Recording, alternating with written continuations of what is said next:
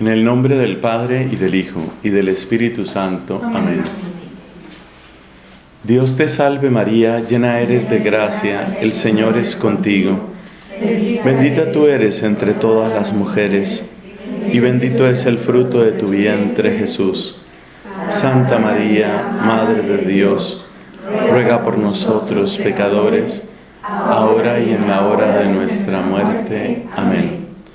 En el nombre del Padre, y del Hijo, y del Espíritu Santo. Amén. Le doy gracias a Dios por esta oportunidad que nos da de alimentarnos de su palabra. Para mí es una escena de familia, esto de encontrarnos, esto de beber del manantial de la sabiduría divina, esto de alegrarnos porque Él nos ha amado y nos ha amado primero. En esta ocasión, la palabra fundamental es la palabra fecundidad. Queremos hablar de nuestra fecundidad. Queremos hablar de cómo una vida con Dios se vuelve fecunda, porque una vida sin Dios es una vida estéril. Y la clave fundamental para nuestra meditación en esta oportunidad es el comienzo del capítulo número 15 del Evangelio según San Juan, que nos trae una imagen ciertamente dinámica y ciertamente orgánica y fecunda. En ese capítulo se nos habla precisamente de Cristo como la vid. Él se presenta a sí mismo como la vid. Su padre es el viñador y nosotros somos sus ramas, nosotros somos sus sarmientos. Esta es la imagen que nos da el capítulo 15 de San Juan. Pero ya que mencionamos a San Juan, conviene tener presente elementos básicos de la estructura del cuarto evangelio, elementos que nos ayuden a situar este texto, porque cuando uno piensa que nuestro Señor Jesucristo está hablando de la vid, en el momento en el que va a ofrecer su vida, entonces todo cobra un mayor sentido. No es solamente una imagen agrícola, sino que es la imagen de un sacrificio. Esta vid va a darnos su vino, y ese vino se va a derramar en el momento de la cruz. Es ahí donde se va a preparar el vino. Por eso tenemos que descubrir la grandeza de este texto, pero a la vez ubicarlo en el conjunto del Evangelio según San Juan. El Evangelio de Juan se orienta hacia el misterio de Cristo. A su vez, este cuarto evangelio hay que mirarlo en el conjunto de los 4 evangelios. Como me encuentro aquí reunido con un grupo de estudiantes apasionadas, enamoradas de la Sagrada Escritura, yo creo que estas explicaciones pueden ser bienvenidas. Cada uno de los 4 evangelios tiene su propio énfasis. En el caso de San Juan, el énfasis principal es el misterio, pero veamos los otros. San Marcos hace énfasis en las obras de Cristo. San Mateo pone su acento en las palabras de Cristo. San Lucas nos presenta el corazón de Cristo y San Juan el misterio de Cristo. Este es un modo quizás demasiado simplificado, pero creo que es un modo útil de mirar los 4 evangelios. Repito, San Marcos hace énfasis en las obras de Cristo. Podemos decir que la pregunta que acompaña al evangelista San Marcos es: ¿qué es lo que hace Cristo cuando llega a una vida? En cierto sentido, los 16 capítulos del Evangelio según San Marcos son una respuesta a esa pregunta. ¿Qué pasa en una historia cuando Cristo llega a ella? ¿Qué pasa en una vida cuando Cristo llega? ¿Qué es lo que hace Cristo en una vida? Entonces, Marcos nos presenta a un Cristo en acción. Es el Cristo que transforma, Es el Cristo que hace nueva y hace sana y hace luminosa la existencia de aquellos que tiene cerca. Ese es Marcos. Mateo. Mateo hace énfasis en las palabras de Cristo. Hay 5 colecciones de palabras de Cristo en el Evangelio según San Mateo. Normalmente se les conoce como discursos. Son los discursos de Cristo. 5 discursos.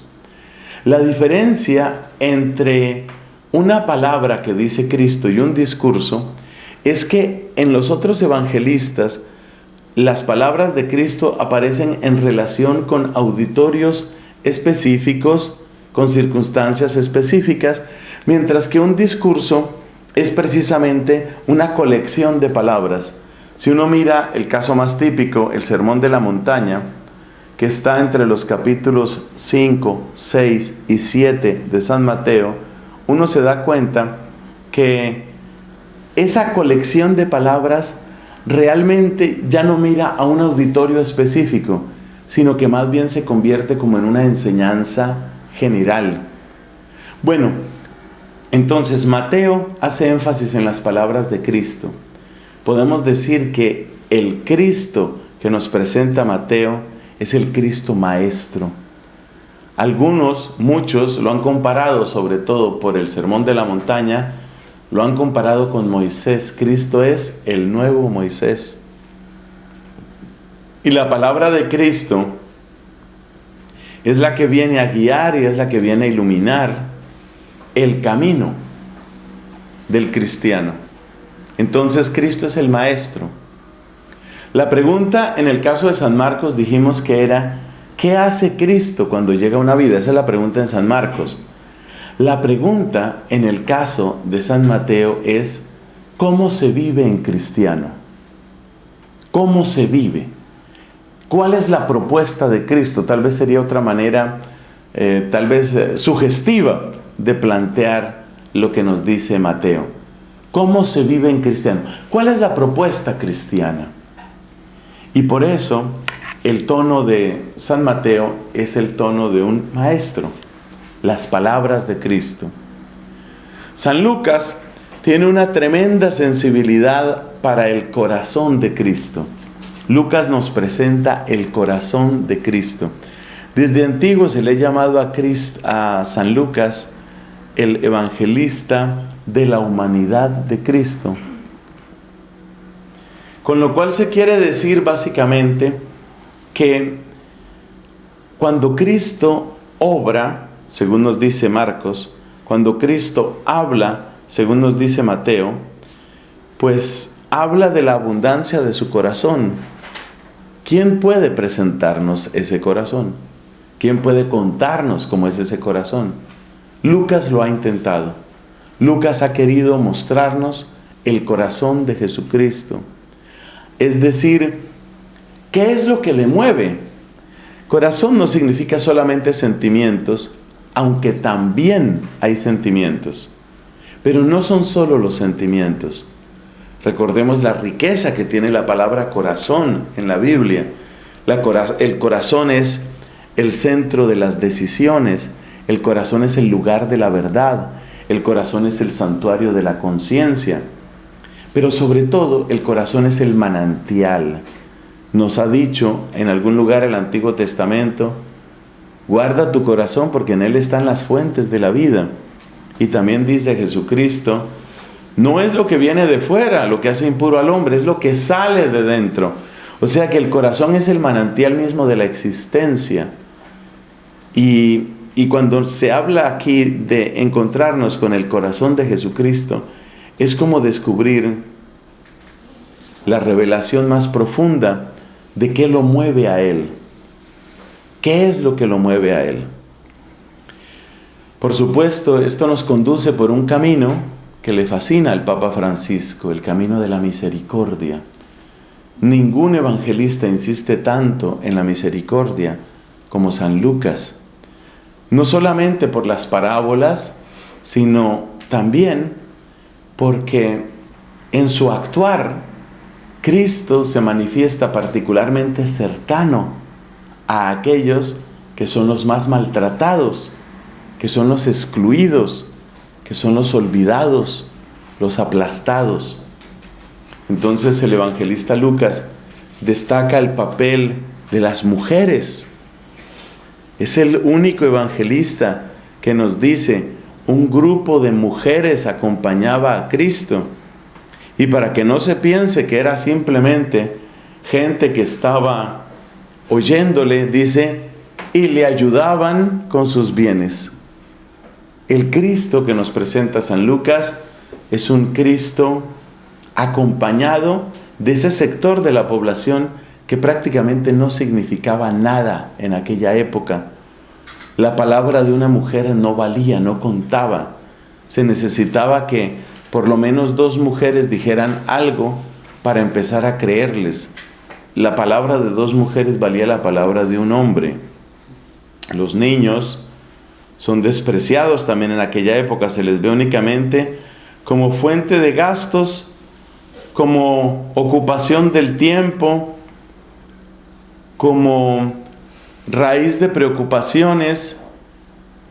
Pero Cristo, especialmente en San Lucas, se muestra cercano a los niños, los abraza, los bendice.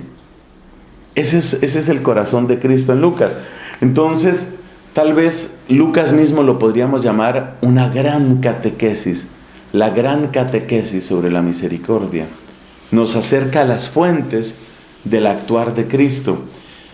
Y es muy interesante la expresión que se ha utilizado desde antiguo, evangelista de la humanidad de Cristo. Porque es cierto que cada uno de nosotros necesita de la divinidad de Cristo, pero recordemos que la sola divinidad es algo que aplasta. Hay un pasaje muy impresionante en el Pentateuco, ¿no? Cuando el pueblo dice, bueno, a ver, ¿dónde está ese Dios? Y Moisés dice, mañana les voy a presentar, o les da una fecha. Nos vamos a acercar a la montaña, purifíquense, prepárense. Mañana nos vamos a acercar todos a la montaña. La misma montaña donde Moisés había estado orando, la misma montaña donde había recibido los mandamientos. Entonces Moisés dice, pues si me habla a mí, le puede hablar al pueblo. Y se acerca entonces, el pueblo se acerca a la montaña y Moisés va adelante. Y resulta que a medida que se van acercando a la montaña, se siente el temblor de la tierra y empiezan a caer todo tipo de rayos y centellas. El monte mismo está en llamas, hay humareda, y llega un momento en el que la gente ya entonces grita y le dice, háblanos tú, que no nos hable Dios. Esta sensación de ser aplastado por la grandeza de Dios aparece varias veces en la Biblia. En el capítulo 6 del profeta Isaías tenemos la experiencia de este hombre, este profeta, que simplemente dice, ay de mí, se siente aplastado por la santidad de Dios. Entonces, la humanidad de Cristo es fundamental, porque aunque nosotros necesitamos la divinidad, solo podemos recibir la humanidad. Esa frase me parece que captura algo muy hermoso de San Lucas, aunque no es nuestro tema de hoy. Aunque necesitamos la divinidad, solo podemos recibir la humanidad. ¿Qué quiere decir eso? Yo tengo una necesidad de infinito, pero si el infinito se me presenta, pues mi finitud se siente aplastada. Por eso necesito un infinito, pero vestido, podemos decir, envuelto en la humildad de nuestra carne. Y eso es lo que nos presenta Lucas. Nos presenta el infinito cercano, el infinito que se ha hecho próximo, el trascendente que se ha hecho prójimo nuestro. Entonces, ¿a qué pregunta responde Marcos? Marcos responde a la pregunta, ¿qué hace Cristo cuando llega una vida? ¿A qué pregunta responde Mateo? ¿Cómo se vive en cristiano? ¿Cuál es la propuesta cristiana? ¿A qué pregunta responde el evangelista Lucas? Al mostrarnos así el corazón de Cristo, yo me atrevo a decir que la pregunta es, puedo fiarme de Él. Puedo fiarme de Cristo. Porque en el fondo de nuestro corazón, todos tenemos aquella pregunta que le hicieron los discípulos de Juan al Señor. ¿Eres tú o tenemos que esperar a otro? Esa pregunta está siempre en nuestra vida. ¿Eres tú o tenemos que esperar a otro? Y cuando nosotros descubrimos a Cristo, y sobre todo cuando descubrimos las exigencias de la vida cristiana, inevitablemente tenemos que preguntarnos, ¿será que sí? Porque no es poco lo que pide Cristo. El que no ha descubierto las exigencias de Cristo tampoco lo ha descubierto a Él. Basta con leer un poco los evangelios para encontrar lo que Él quiere. Por todas partes están las exigencias de Cristo. El hecho de que Él sea bondadoso no quiere decir que sea tonto, ni que sea cómplice de nuestra mediocridad. He aquí lo que dice el Señor: sed perfectos, como es perfecto vuestro Padre del cielo. Imagínate. Y del Padre del cielo dice el Nuevo Testamento, el que habita en una luz inaccesible, a quien nadie ha visto ni puede ver. Ese es el modelo de vida cristiana. Nadie piense que Cristo vino a rebajar las exigencias de la ley de Moisés. Es mucho más exigente la ley que propone Cristo. Dice, por ejemplo, el Señor: habéis oído, el que cometa adulterio, pues tiene que ser ajusticiado. Yo os digo, el que mire a una mujer deseándola ya tiene que ser ajusticiado. Eso es más exigente. Entonces, cuando uno descubre la misericordia, uno descubre que el poder de Cristo no empieza afuera, sino que Cristo empieza a ejercer su poder adentro de mí. Es decir, Cristo reclama para sí mis pensamientos más íntimos, mis afectos más profundos, mis lealtades básicas. El que ame a su padre o a su madre más que a mí no es digno de mí. Esas son las palabras de un psicópata. Esas son las palabras de un loco. Esas son las palabras de un payaso. O esas son las palabras del Hijo único de Dios. No hay otra posibilidad. Entonces, el Dios de la misericordia que nos presenta Lucas es el Dios que quiere empezar a reinar en nuestra vida desde lo más íntimo nuestro. ¿Quién eres tú, Jesús, que te atreves a reclamarme, a exigirme que te quiera a ti más que a mi hijo? Pregúntele a una mamá lo que es eso. Que si en un momento dado tengo que escoger entre disgustar a Cristo o disgustar a mi hijo, que se disguste mi hijo. Hay una historia impresionante que viene a mi memoria. Un país que dejó, creo que para siempre, una huella en mí. Quizás en algún momento tenga que volver. Estoy hablando de Corea del Sur, el único país de Asia donde está creciendo a buen ritmo la Iglesia Católica.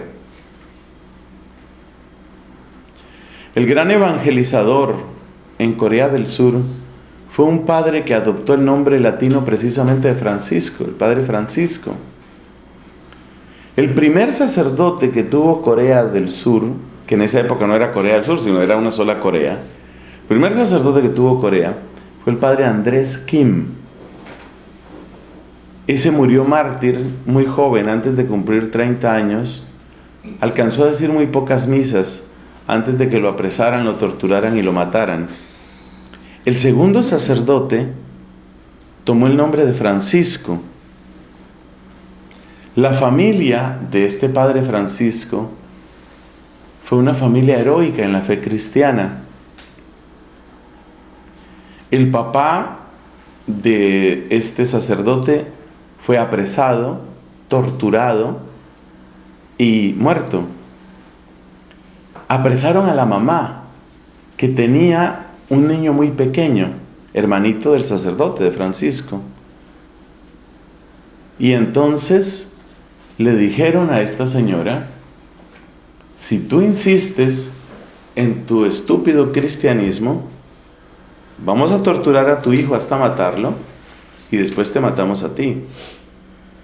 enfrentada ante esa situación absolutamente extrema, la mamá del padre Francisco apostató de la fe. Ella no soportaba, como madre, que le fueran a torturar al hijo. Entonces ella renunció a la fe y cumplieron la palabra, la dejaron libre. Pero ella le contaba a una amiga que desde el momento en el que ella salió de la cárcel con su hijo en brazos, salió libre, desde ese momento sintió un dolor imposible de soportar, el dolor de haber traicionado a Cristo. Y después de unas semanas, entonces tomó la decisión de volverse a presentar como cristiana. Y efectivamente, estos locos, como emisarios del infierno, torturaron al niño pequeño, básicamente dejándolo morir de sed y de hambre delante de la madre, y después la mataron a ella. Esos fueron los papás del sacerdote que fundó la fe cristiana en Corea. Entonces, uno entiende el drama de esta mujer, uno entiende que ella dice, no puedo ver morir a mi hijo. Pero fíjate cómo en un momento dado, a pesar de eso, después da el otro paso y dice, pues por supuesto que no puede haber dolor más grande que ver morir a mi hijo. Pero todavía más grande que ese dolor es perder a Cristo. O sea, esa mujer estaba poniendo a Cristo por encima del hijo. Y eso es lo que pide Jesús, eso es lo que pide. Es ese nivel de amor. Entonces, cuando uno cae en cuenta de que esos son los niveles de la vida cristiana, obviamente la gran pregunta es, ¿me puedo fiar del que me pide tanto? ¿Me puedo fiar de él? Y si esto implica perder mi salud, y si esto implica perder mi nombre, mi fama, si esto implica perder mis amigos, mi nación, si esto implica perder mi esposo o mi vida. Lucas responde a esa pregunta.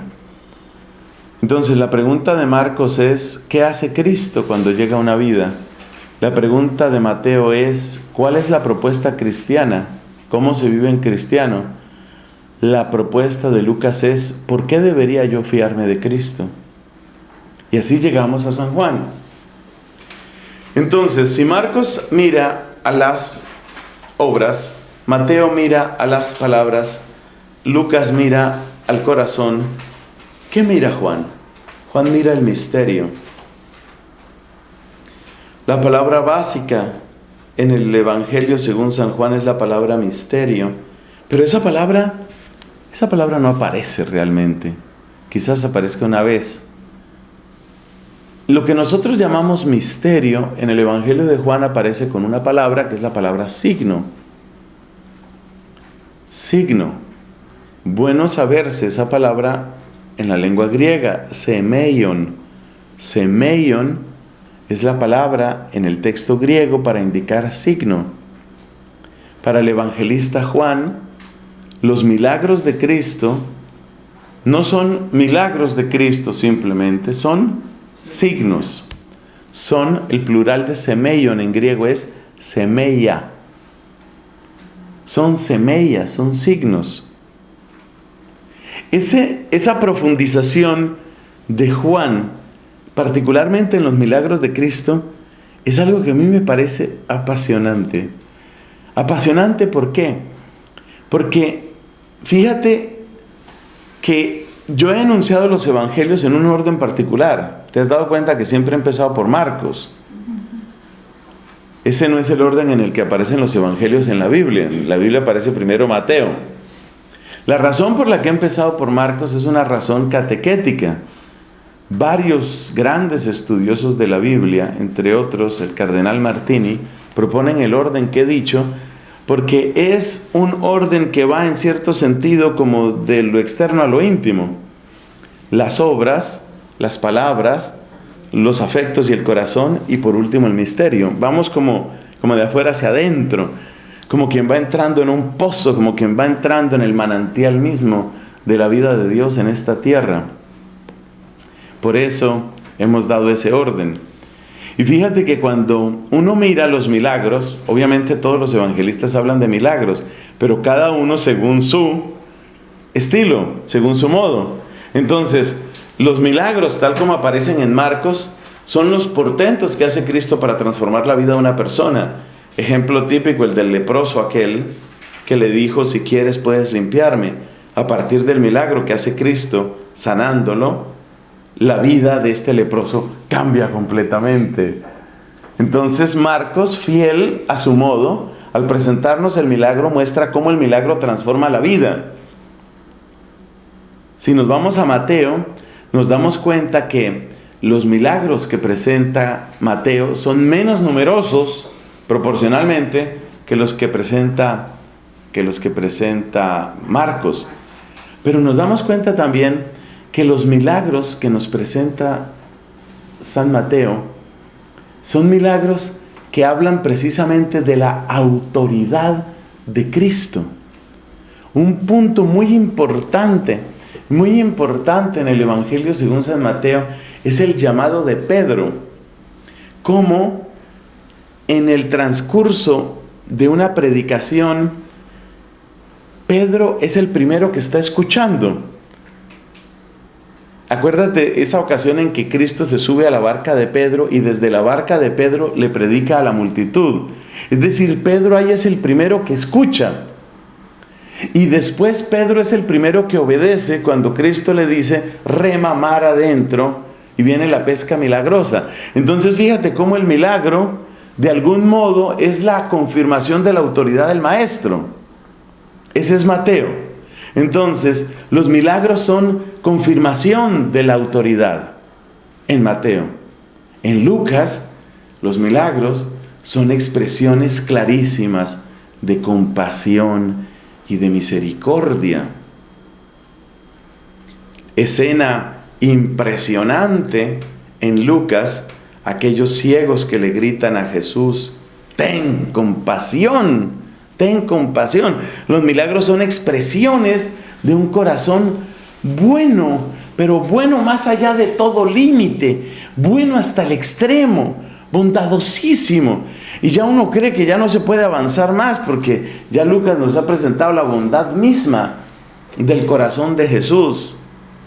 Aunque si vamos a ser sinceros, los grandes milagros en Lucas no son las curaciones, sino las conversiones. Acuérdate lo que sucede en el caso de aquel hombre llamado Zaqueo. No se puede llamar otra cosa sino milagro lo que sucedió en el caso de Zaqueo.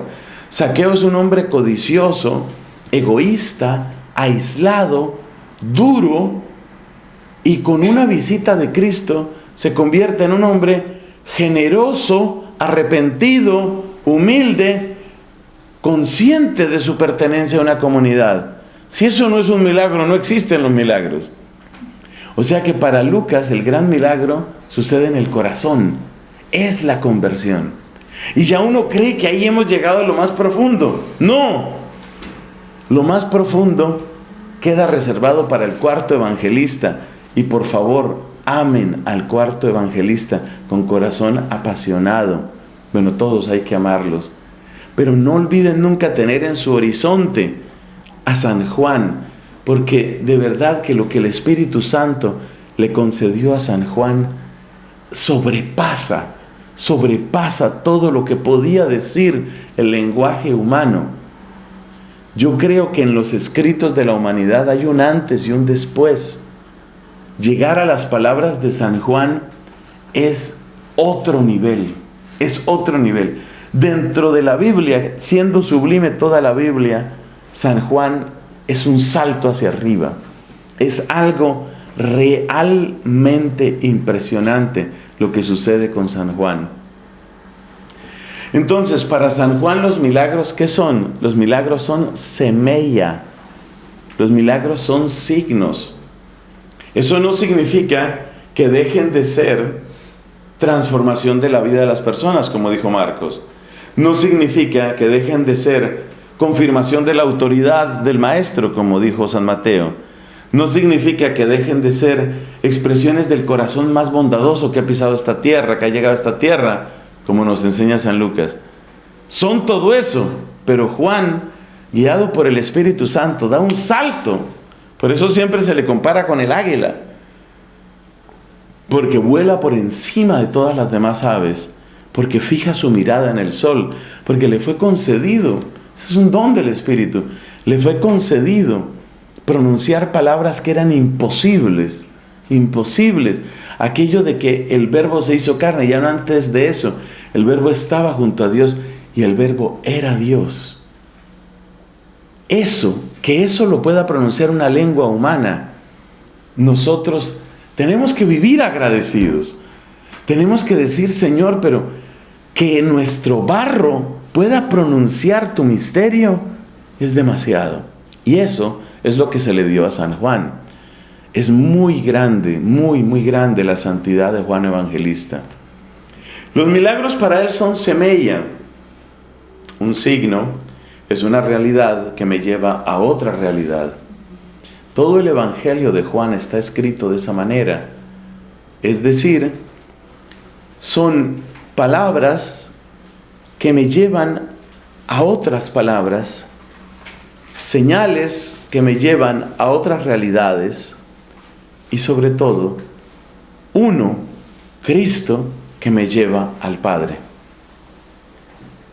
Entonces, las palabras de Jesús, muchas veces dentro de un mismo discurso, tienen una estructura que me gusta describir como espiral. Las palabras de Cristo en el Evangelio de Juan tienen una estructura como de espiral ascendente. Me explico. Si yo estoy en una escalera, como esas escaleras que llamamos a veces de caracol, esa escalera que va subiendo, que va en espiral ascendente, yo vuelvo a pasar por el mismo punto, pero a una altura diferente. Y luego vuelvo a pasar por el mismo punto, pero a una altura diferente. Y luego vuelvo a pasar por el mismo punto, pero a una altura diferente. Toma, por ejemplo, el capítulo 6 de San Juan, que no hace mucho lo tuvimos en la liturgia de los domingos. Observa, por ejemplo, la palabra pan. Cómo la palabra pan empieza significando algo pues muy cercano a nuestra experiencia corporal. Tengo hambre. Pan es algo real, es algo necesario, es algo portentoso cuando Cristo realiza su milagro. Entonces ahí aparece la palabra pan, primera vez.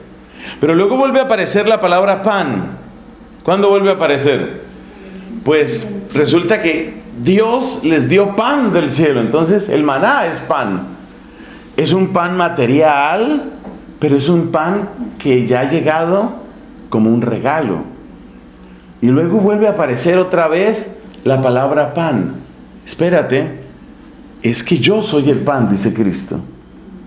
Entonces tú te das cuenta que reaparece la misma palabra, pero en un sentido más alto, hasta llegar a que Cristo es el pan. Y como Cristo es el pan, el que se queda sin Cristo se queda sin vida. En el momento en el que Cristo aparece como vida nuestra, en ese momento también aparece el señorío de Cristo.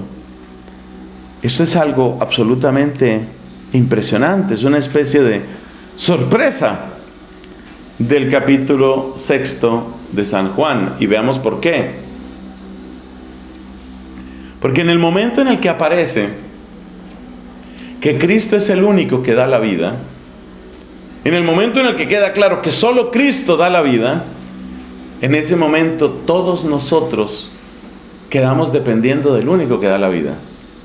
O sea, fíjate que el pan es a la vez el servicio más humilde y el señorío más poderoso.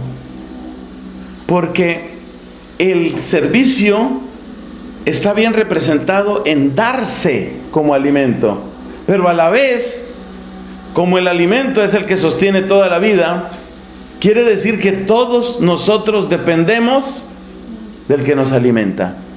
Y eso quiere decir que el más humilde es el Señor. De modo que el pan material, el maná, Cristo pan y el señorío de Cristo Son por lo menos 4 vueltas en esa espiral. Ese es San Juan. San Juan toma una palabra y la dispara. Toma una palabra y la lanza. Hay colecciones de palabras de San Juan. Hay gente que se ha dedicado a estudiar a San Juan, algunos de ellos prácticamente toda una vida. Y hay colecciones de palabras. Así, por ejemplo, la palabra vida, la palabra eternidad, la palabra luz, la palabra unidad. Son muchas las palabras de San Juan y todas van siguiendo esa especie de secuencia, van siguiendo esa especie de ascenso que nos presenta este evangelista. Entre las palabras que nos presenta el evangelista, este cuarto evangelista, hay una que es muy importante y que asoma por primera vez en el capítulo 2, en el episodio de las bodas de Caná. Es la palabra hora. Recordemos que la respuesta que le da Jesús a la Virgen María es: no ha llegado mi hora. Y luego va avanzando el Evangelio y llega un momento en el que Jesús dice: esta es la hora. Este es el momento. Hay una densidad muy grande en esa manera de hablar. Porque hablar de una determinada hora es hablar de la historia como preparación y como consumación. La historia no es una colección de eventos. La historia es un entramado profundo en el cual se está realizando, se está desplegando de un modo complejo, indudablemente superior a nuestra mente. Se está desplegando un plan. Y ese plan tiene su culminación precisamente en la hora de la redención. Pero la hora de la redención, que es la hora de la cruz y que es la hora de la gloria, es también la hora del combate. La hora de la redención es también la hora del dolor más intenso, es la hora del amor más grande, es la hora de la victoria. O sea que la hora de la que nos habla San Juan, la podemos comparar como con un tejido que va haciéndose poco a poco y que tiene su culminación como en un centro. Estoy pensando en esos tejidos tipo crochet que tienen un centro. Y ese centro es el que de algún modo explica todo. Es el que sirve de referencia para todo. Mi madre gustaba mucho precisamente de tejer. Y en los últimos años de su vida, Dios le permitió acabar una obra que le tomó meses, yo no sé si años. Un mantel inmenso. Y ese mantel tenía su centro. Entonces tenía distintas figuras y tenía distintas líneas y zarcillos y vueltas, pero llega a un centro. Y a partir de ese centro, cuando se despliega ese centro, entonces tú ves el plan. La hora en el evangelista Juan es eso. A partir de la hora, es decir, a partir de ese hecho, se hace comprensible por qué hubo milagros. Una cosa que me llama la atención, en parte por la formación científica que he tenido y luego por los años de sacerdocio, es que mucha gente no se hace esta pregunta: ¿para qué eran los milagros de Cristo? ¿Por qué Cristo hizo milagros? Porque fíjate que si uno va a tomar una postura realmente crítica, los milagros de Cristo no resolvieron ningún problema. ¿Se acabó la ceguera después de Cristo? No. ¿Se acabó la lepra después de Cristo? No. ¿Se acabó la parálisis después de Cristo? No. Uno podría decir, para esa persona se le solucionó ese problema. Eso es cierto. Pero Cristo no solucionó un problema, cambió historias pero no solucionó un problema. Los milagros de Cristo no eran soluciones de problemas. Lo que buscan los científicos y que Dios los ilumine en su tarea es eliminar problemas. Vamos a eliminar el problema de la malaria en el mundo. Y está bien ese empeño. Vamos a eliminar el miedo al cáncer en el mundo, porque vamos a pelear contra el cáncer.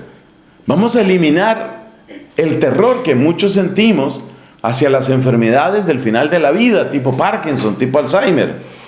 Los científicos luchan por eliminar para siempre un problema. Cristo no eliminó para siempre ningún problema. Cristo no eliminó para siempre la codicia. Cristo no eliminó para siempre en el sentido de que codicia había antes de Cristo y codicia hay después de Cristo. Adulterio antes de Cristo, adulterio después de Cristo. De hecho, algunas personas, cuando toman una postura irrespetuosa y casi blasfema hacia la iglesia, dicen, nada cambió con Cristo. Por eso es tan importante esto que estamos diciendo de la hora.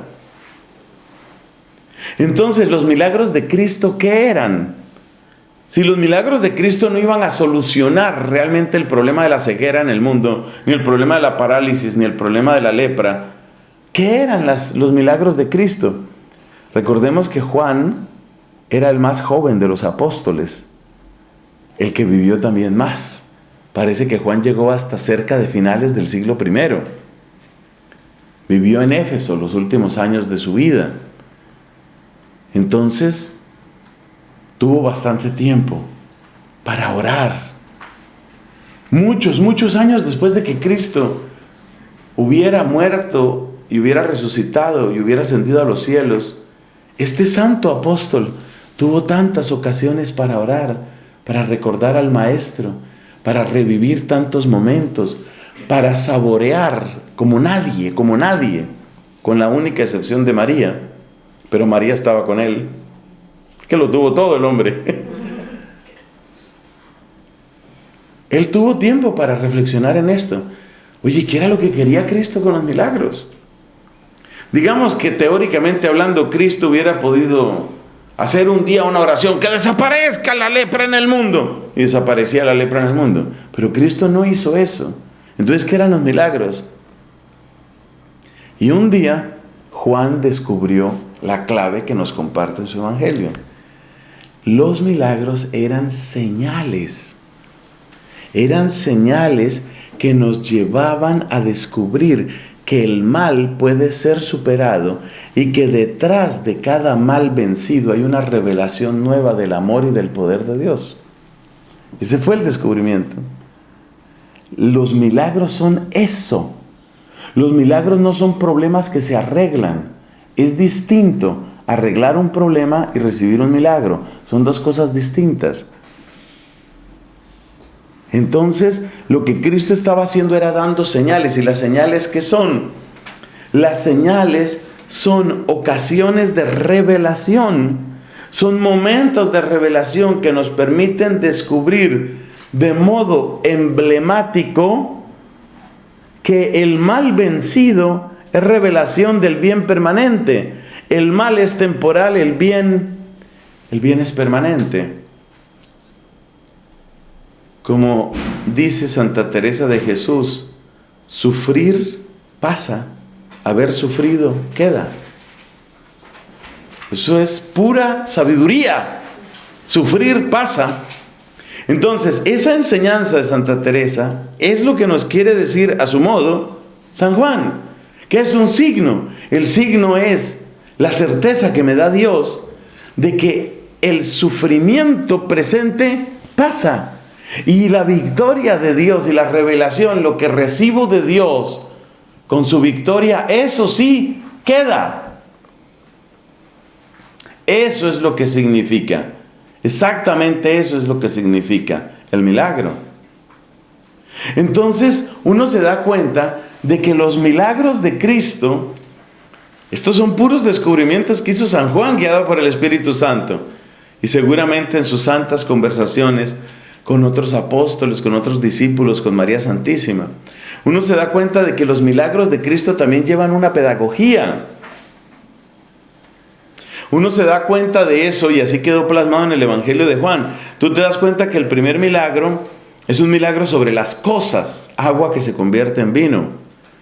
Pero luego hay un milagro sobre el cuerpo, el paralítico aquel de la piscina que tenía varios pórticos. Entonces ahí hay otro milagro, un milagro sobre el cuerpo. Y luego viene otro milagro, el milagro que vence un mal congénito, un mal de nacimiento, el ciego de nacimiento. Entonces ya no es solo mi cuerpo, sino mi historia. Y ya después Lázaro, ya no solo es mi cuerpo, mis cosas, mi cuerpo, mi historia, sino también mi muerte. ¿Ves? Hay una pedagogía. Y cada nueva señal lo que me está diciendo es: el bien vence, el bien vence, el bien permanece. Y en cada milagro se va revelando un poco más, se va mostrando un poco más quién es Dios, se va revelando su rostro. Por eso la frase que le dice Cristo: no te he dicho, le dice Cristo a Felipe, me parece que es, no te he dicho que el que me ve a mí vea al Padre. Es decir, todo lo mío ha sido revelación, Felipe. Todo lo mío es revelación. Es que ver a Dios, para vosotros seres temporales, ver a Dios, ¿qué es? Ver a Dios es ver cómo se revela, es ver cómo se muestra. No pidas la revelación de un Dios estático en una existencia dinámica. Si tu existencia es dinámica, tu conocimiento es dinámico. Entonces, tu conocimiento tiene que ser un conocimiento en historia. Así es como se muestra Dios. Sobre esto, hay unas cosas tan profundas, pero tan profundas, sobre la verdad de la humanidad y la verdad de la divinidad de Cristo. Hay cosas tan profundas que, créanme, lo que yo siento es como si uno se asomara a un océano de luz. Es muy, muy, muy profundo esto. Pero nosotros llevamos hoy una dirección y tenemos que seguir en esa dirección. Hay una hora. Entonces, la hora, ¿qué es la hora? ¿La hora qué es? La hora es el nudo que enlaza todo. Es lo que me hace entender por qué los milagros, por qué las palabras. Ya creíamos que habíamos llegado a lo más profundo con Lucas. Juan se atreve a hacer una pregunta todavía mayor: que el corazón de Cristo es bondad pura. Eso nadie lo duda. Nadie lo duda.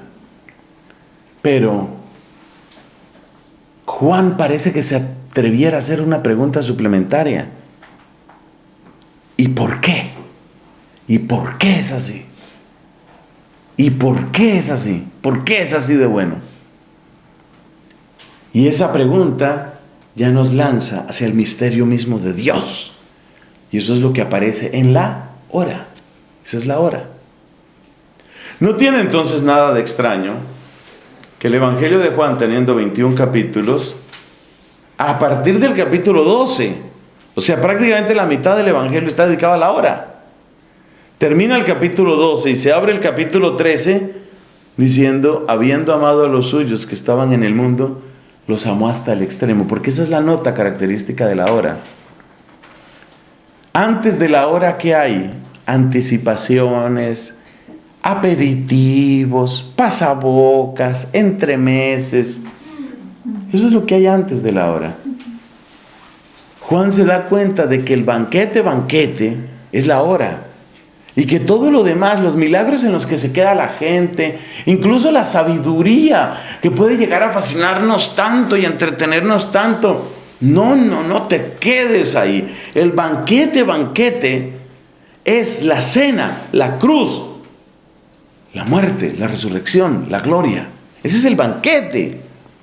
Y a eso le dedica Juan prácticamente la mitad de su evangelio. Entonces, ya parece que tenemos un poco de contexto para ver en dónde está el tema de la vid. Ya parece que entendemos. ¿Qué es el tema de la vid? Pues el tema de la vid es el tema de cómo nosotros podemos tener vida. Ese es el tema de la vida. ¿Cómo podemos tener vida? Llegar a tener vida. ¿Eso cómo sucede? Porque nosotros lo que hemos tenido con respecto a la vida, lo que nosotros hemos tenido no es vida, sino una sentencia aplazada. Eso es lo que nosotros hemos tenido. Para San Juan, nosotros, mientras no conocemos a Cristo, no estamos vivos. Estamos aplazando la muerte. Estamos aplazando la muerte. Esa es lo que la gente llama vida. Para San Juan es aplazamiento de la muerte. Entonces, una persona que no conoce a Cristo no está viva. Está aplazando la muerte.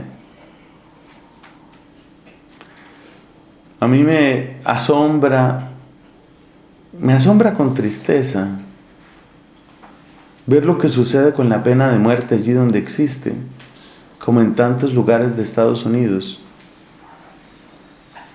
El otro día estaba leyendo una estadística que dice que en el solo estado de California hay casi 400 personas que están en el corredor de la muerte. 400 personas que están sentenciadas a muerte. Pero hay otra estadística todavía más triste. En los últimos como 15 años o algo así, han ejecutado 2 personas. Bueno, ahí hay como una desproporción, ¿no? 400 que están en fila para morir, pero finalmente solo ejecutan 1 o 2 en 10 años o en 15 años. De hecho, mira esta frase que la escribió con mucha inteligencia el periodista que hace el estudio. Dice, la pena capital, o sea, la ejecución de la pena de muerte, la pena capital es la tercera causa de mortandad en los corredores de la muerte. ¿Qué frase es esa? Eso significa que de toda la gente que en Estados Unidos y concretamente en el estado de California es sentenciada a morir, de toda esa gente, la mayor parte de los que mueren por causas naturales. O sea, están sentenciados a muerte, a que los ejecuten, pero se demora tanto la ejecución que termina muriéndose por causas naturales. La segunda es gente que lamentablemente se suicida. Y la tercera causa de muerte es que sí lo ejecutaron. Bueno, ¿a qué voy con eso? A que la visión que tiene San Juan de la vida humana es como el corredor de la muerte. Somos todos sentenciados a morir. Somos todos sentenciados a muerte. Entonces lo que hace la gente es aplazar la muerte, distraerse frente a la muerte. Nosotros en parte aplazamos y en parte nos distraemos. En parte la alejamos a la muerte, tratando de llevar una vida más saludable, evitando las enfermedades, cuidando nuestra salud, mejorando nuestra dieta. En parte alejamos la muerte y en parte nos alejamos de ella, tratando de no pensar en ella. Entonces, nosotros, distraídos de la muerte y aplazando la muerte, no arreglamos nada. Hay muchas imágenes dramáticas de los antiguos predicadores de retiros espirituales. Siempre recuerdo con afecto a un padre jesuita. Lo que pasa es que mi memoria para los nombres holandeses y alemanes es un desastre. Y este era uno de esos dos, tenía un apellido de esos bien extraños, un Hohenstaufen, una cosa de esas. Y entonces, un jesuita que predicaba retiros espirituales, y él hablaba mucho sobre el tema de la muerte. Y él le decía a la gente en los retiros, la flecha que te va a alcanzar ya fue disparada. Tenemos una cita inevitable con la muerte. Pero uno no piensa en eso, porque entonces se deprimiría. Entonces, ¿qué hace uno? Uno aplaza la muerte tratando de vivir saludable y uno se distrae. Entonces nos distraemos, pero de esa distracción nos saca la palabra recia de Cristo. Cuando dice, por ejemplo en el evangelista Lucas, la gente compraba y vendía, entraba y salía y se casaba hasta el día en que Moisés entró en el arca, mostrando lo inane de nuestro pensamiento cuando simplemente pretendemos vivir distraídos. Juan toma en serio esa palabra de Cristo y dice, la solución para el problema de la muerte no es distraerse. Dios nos libre, sobre todo algunos que tenemos por distintas razones que viajar mucho, pero si un día uno se encontrara en un avión que se está cayendo el avión, bueno, pues saquemos aquí un tablero de ajedrez y juguemos un momento. Más o menos eso es lo que nosotros hacemos, nos distraemos. ¿Quién arregla el problema de la vida? No el problema de aplazar la muerte. Son dos problemas distintos. ¿Quién arregla el problema de la vida? ¿Quién soluciona el problema de la vida? ¿Te acuerdas que antes dijimos que Cristo no había solucionado ningún problema? Es decir, no había solucionado ningún problema en la vida. Solucionó el problema de la vida. Esa frase, así no vaya a escribir más, escríbala. Cristo no solucionó problemas en la vida. Por ejemplo, ¿cómo hago para pagar el arriendo? ¿Cómo hago para adelgazar? ¿Cómo hago para no tener canas? ¿Cómo hago para no enfermarme? Cristo no solucionó esos problemas. Los problemas en la vida no los solucionó Cristo. ¿Solucionó qué? El problema de la vida. Y el problema de la vida es, deje de aplazar la muerte o deje de pensar que con aplazar la muerte y con distraerse de la muerte, usted ha arreglado algo. Usted no ha arreglado nada. Entonces, ¿de qué trata el capítulo 15 del Evangelio según San Juan? Trata de la vida. Solucionar el problema de la vida. Y todo lo que Cristo ha venido haciendo antes de la hora. Todo lo que Cristo ha venido haciendo antes de la hora, todo, es simplemente ¿qué? Es simplemente preparación para eso. Entonces uno se da cuenta que cuando Cristo sanó al leproso, ¡ay, qué milagro tan bello! Pero no le arregló el problema de la vida. El leproso después tuvo que enfrentar el problema de morirse. Así de sencillo. El ciego de nacimiento se tiene que morir. Lázaro lo sacaron de la tumba por un tiempo. Luego se muere, otra vez a la tumba. Second round. Allá va para la tumba. Es decir, ni siquiera revivificar un muerto soluciona el problema de la vida. ¿Quién arregla el problema de la vida? Ese fue el único problema que Cristo arregló. Cristo no arregla los problemas en la vida, o mejor dicho, sí arregla algunas veces a algunas personas, pero ¿como qué? ¿Como qué? Señal, semellón. Entonces a veces yo le clamo al Señor, Señor, sáname, sáname. Y el Señor me sana. ¡Qué bello! ¡Qué lindo! Pero es solo una señal. Eso no significa que Cristo haya firmado conmigo un pacto para decir, y cada vez que te enfermes, habré de sanarte. No, Cristo no ha firmado ningún pacto con nadie. Me da señales algunas veces. Algunas veces yo le digo, Señor, guarda a mi hijo. Y no le pasó nada al hijo. Otras veces le digo, guarda a mi hijo. Y se mató. Y no pasa nada. O mejor dicho, lo que pasa es que también ese acontecimiento en la vida, también ese tiene su sentido. Porque resulta que todo lo que sucede en nosotros sirve o como anticipación o como desprendimiento. Todo sirve para anticipar un bien mayor o para desprendernos de las cosas que no duran. Entonces, los milagros que acontecen hay que agradecerlos como anticipaciones. Y las contradicciones que llegan, ¿qué hago con ellas? Son desprendimientos que son útiles. Es que a ti te sirven las anticipaciones. Y te sirven los desprendimientos. Y de ambos necesitas. Necesitas que a veces las cosas te salgan bien de modo inesperado, porque ese es el momento en el que tú dices, me gusta ser cristiano. Pero también necesitas que las cosas te salgan mal para que se vea que tú amas a Cristo y no lo bien que te va. Entonces yo necesito de ambos. Y por eso hay que seguir la enseñanza del libro de Job. Si recibimos de Dios los bienes, ¿cómo no vamos a recibir de las mismas manos los males? Hay que saber besar las manos de Dios cuando las cosas salen bien, y hay que saber besarlas de nuevo cuando las cosas salen al revés de lo que queríamos, al revés de lo que hubiéramos deseado.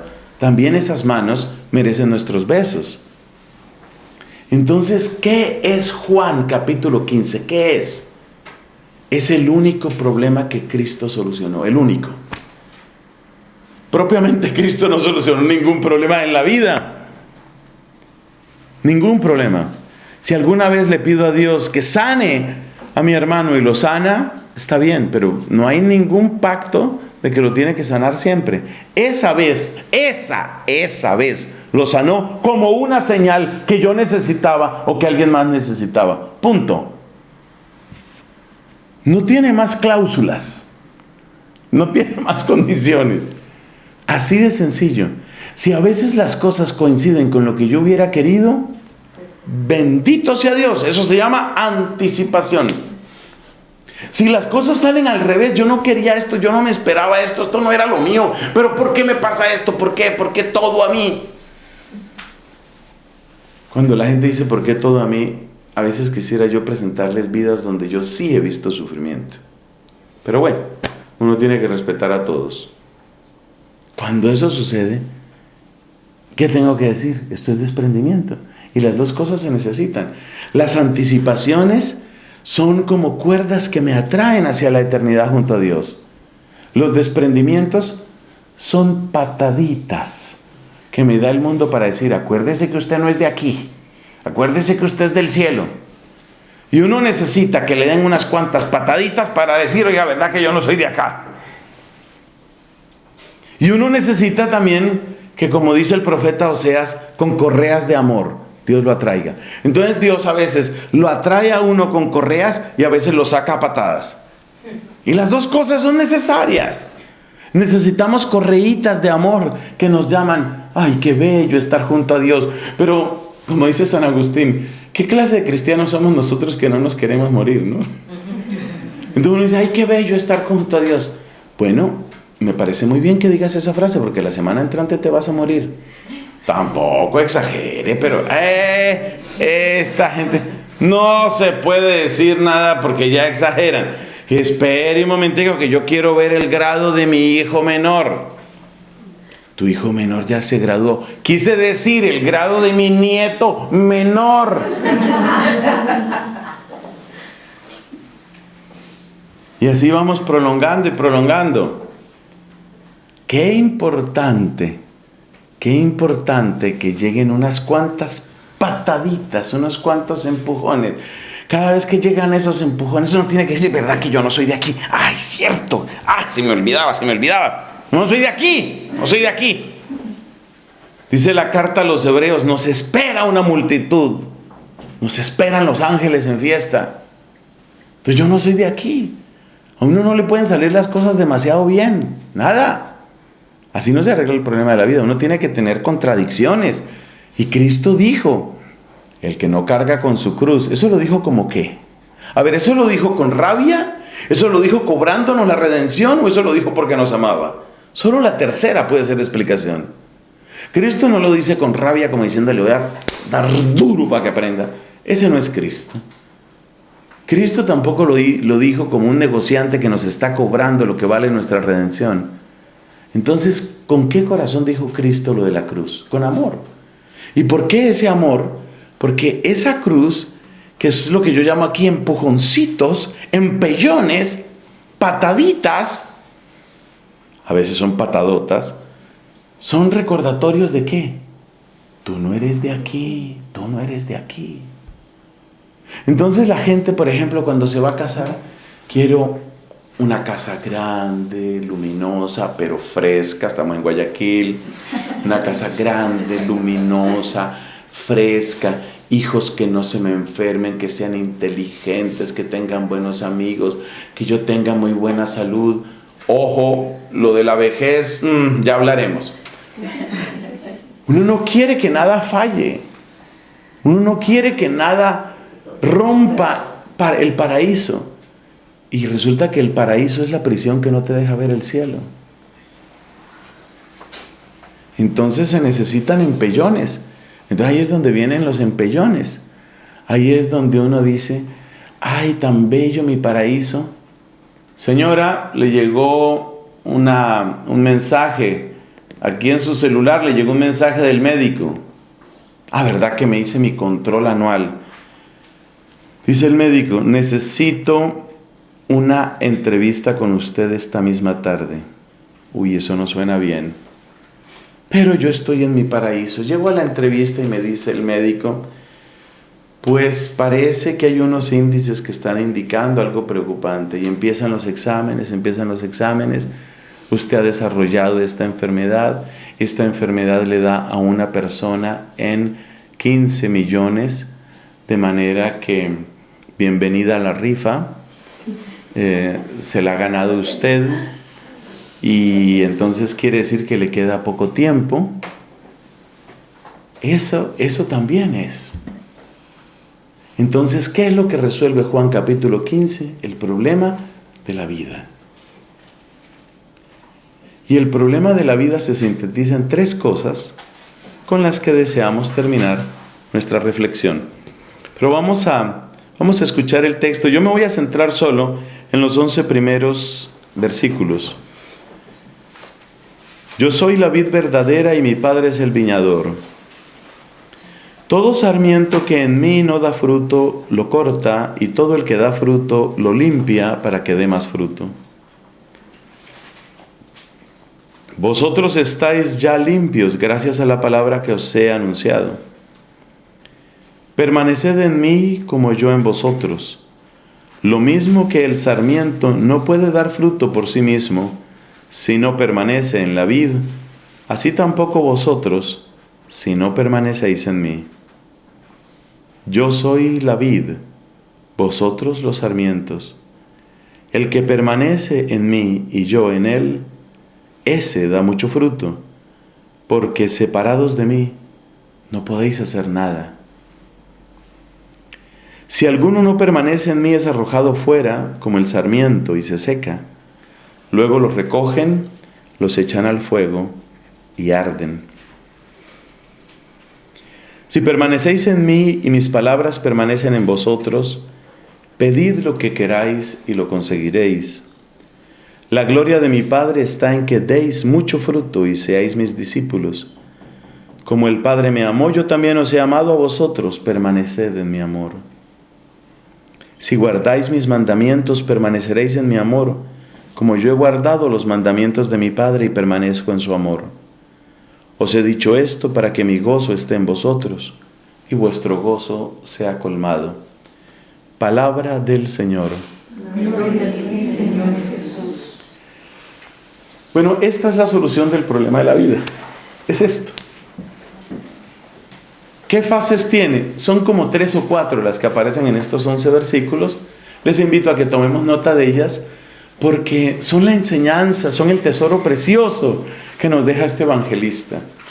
Quiera Dios que de este retiro nosotros salgamos con mayor amor hacia San Juan. Cuanto más pronto ustedes se enamoren de los santos evangelistas, de estos textos, cuanto más pronto los aprendan en su memoria, los mediten con su inteligencia y los amen con su corazón, más pronto crece esta semilla divina en ustedes. Bueno, vamos entonces, unos 4 elementos. Primero, dice Jesús, estáis limpios por la palabra que os he dicho. ¿Cómo se resuelve el problema de la vida? Primera respuesta, hay que limpiarse. Hay que limpiarse. Me llama tanto la atención eso de limpiarse. Llama tanto la atención, ¿por qué? Porque si ustedes recuerdan la vida de estos evangelistas y la vida de estos discípulos, si ustedes recuerdan la vida de los discípulos, pues parece que no había entre ellos ni asesinos, ni secuestradores, ni adúlteros. Los pecados de ellos serían envidia, tal vez soberbia, cosas de esas. ¿Se estaría refiriendo Cristo a ese tipo de pecados? Tal vez sí. Pero yo tengo la idea, relacionando este texto con otro de la primera carta de San Juan, que la limpieza de la que aquí se habla no es simplemente la limpieza del pecado. Recuerden por favor que en la primera carta de San Juan aparece una palabra muy fuerte que viene de este evangelista, ¿no? Pues en principio suponemos que es el mismo. Siempre hay discusiones sobre los autores de las distintas cartas en el Nuevo Testamento. Pero en todo caso sí es de la corriente o de la escuela joánica. Y dice el autor de la primera carta de San Juan: no améis el mundo ni lo que hay en el mundo, porque todo lo que hay en el mundo, describe, todo lo que hay en el mundo, la concupiscencia de la carne, la concupiscencia de los ojos, la soberbia de la vida va contra Dios, se opone a Dios, lucha contra Dios. Entonces, esa concupiscencia de los ojos, que es ese sentirse uno siempre como en necesidad permanente de algo más para completarse y llegar a ser, esa concupiscencia de la carne, que es una mezcla de comodidad, sensualidad y satisfacción, y esa soberbia de la vida, esa arrogancia que hace que pongamos nuestro valor usualmente en disminuir a otros o en creernos mejores. Eso no son simplemente pecados. Eso es lo que en otros lugares se ha llamado el espíritu del mundo.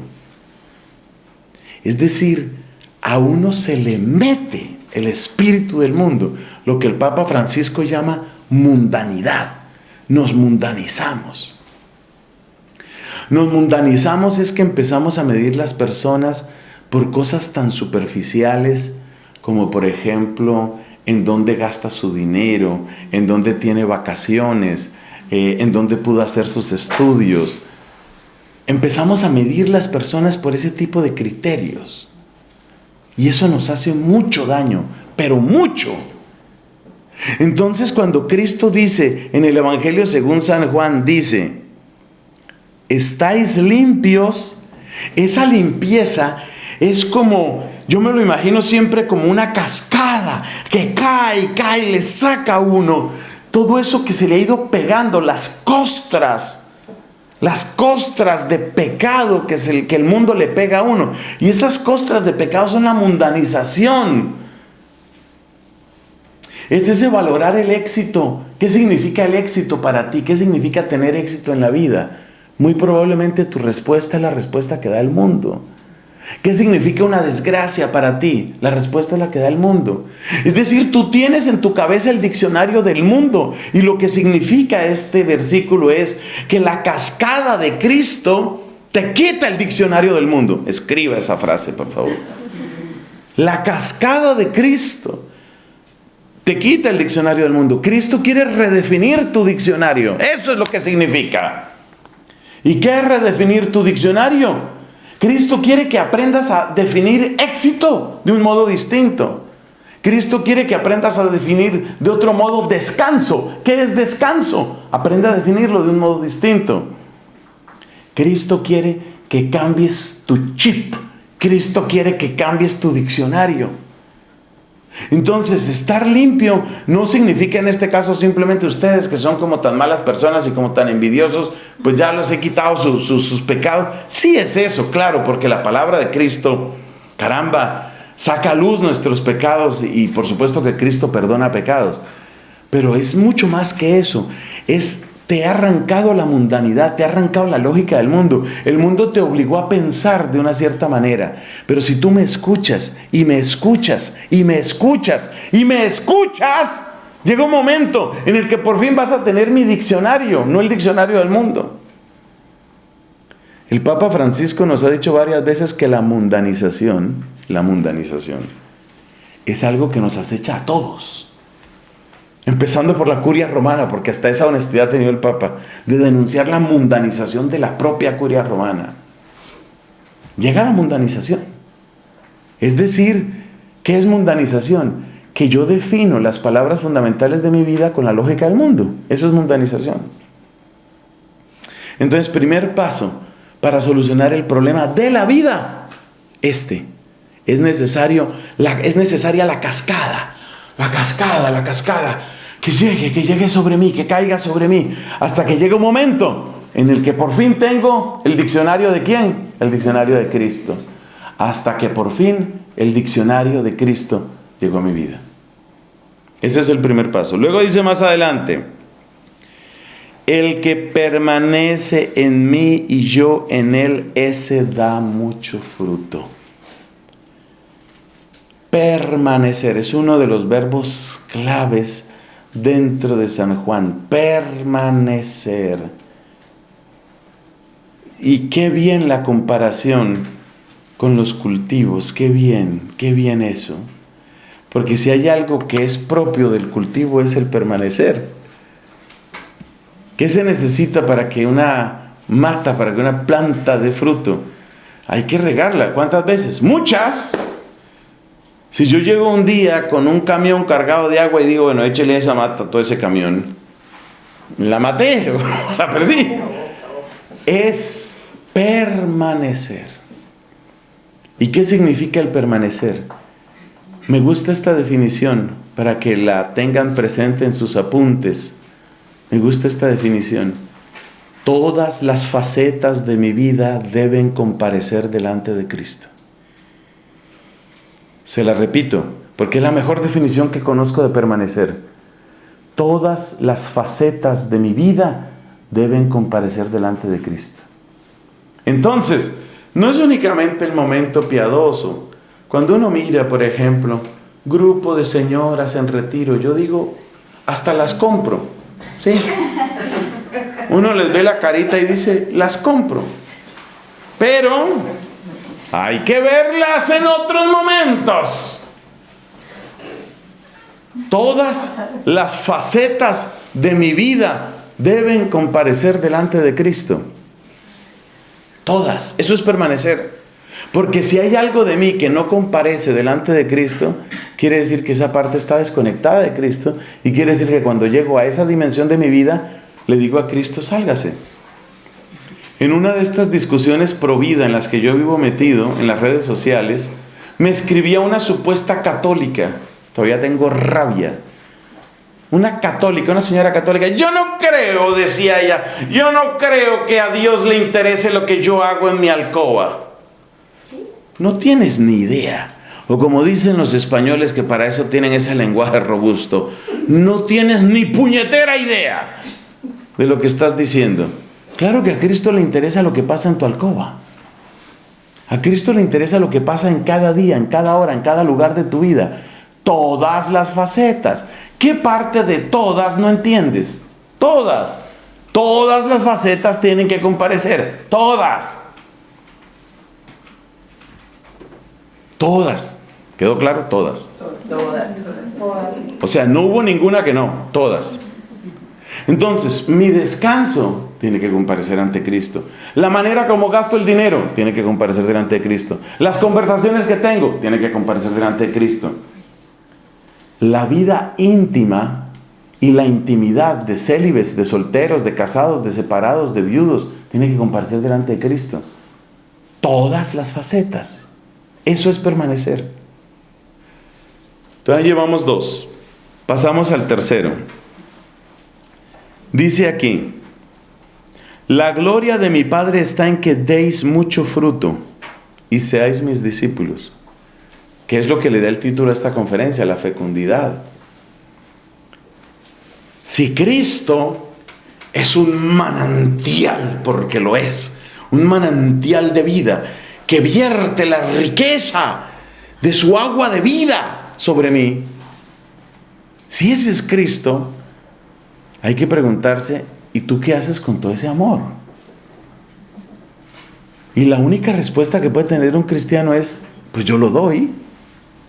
Esa es la única respuesta que puede tener. dar eso que estoy recibiendo, dar eso que no ceso de recibir, eso es ser discípulo. Dar lo que no ceso de recibir, eso es vivir. Les repito la frase por si quiere escribirla, con el deseo de que si no la escribe, la próxima noche no pueda dormir tratando de recordar la frase. Dar lo que no ceso de recibir, eso es vivir. Dar lo que no ceso de recibir de Cristo, ¿no? Eso es vivir. Entonces, ¿por qué nuestro mundo no le encuentra sentido a la vida? Por dos razones muy sencillas. Porque no recibe y porque no da. Porque no recibe de Cristo, le ha dado la espalda a Cristo, y no da porque somos egoístas. Entonces, ¿cuál es el secreto de una vida fecunda y feliz? ¿Cómo se soluciona el problema de la vida? Recibiendo y dando. Recibiendo de Cristo y dando en nombre de Cristo. Ahí está. Dar. Lo que no ceso de recibir, eso es vivir. Dar lo que no ceso de recibir, eso es vivir. Llevamos 3 y el último punto. Como el Padre me amó, yo también os he amado. Si guardáis mis mandamientos, permaneceréis en mi amor. Esta es de esas sorpresas que tiene San Juan. No sabe uno en qué momento van a aparecer el entolé, que es el mandamiento. No sabe uno en qué momento va a salir. Y de pronto aparece ahí. Entonces, el misterio de la vida es un misterio de obediencia. Como yo no me di el ser, como yo no conservo mi propio ser, quiere decir que mi ser es siempre respuesta a la palabra y el amor de otro. ¿Quién es ese otro? Papá Dios, el que me ha creado. Entonces la única manera de permanecer es permanecer en la voz que me está creando. Vivir es permanecer en la voz que me está creando. Esa frase también te puede servir. Por ejemplo, yo digo, si uno se despierta a 4 de la mañana, así como asustado, debe acordarse de eso. Vivir es permanecer en la voz del que me está creando. Qué lindo es San Juan. Eso es vivir, ese es el misterio de la vida. Así se conserva la vida. Esa es la propuesta que Dios tiene para nosotros. Bendito sea su nombre, bendita su misericordia. Gloria al Padre, al Hijo y al Espíritu Santo. Como en el principio, ahora y siempre, por los siglos de los siglos. Amén.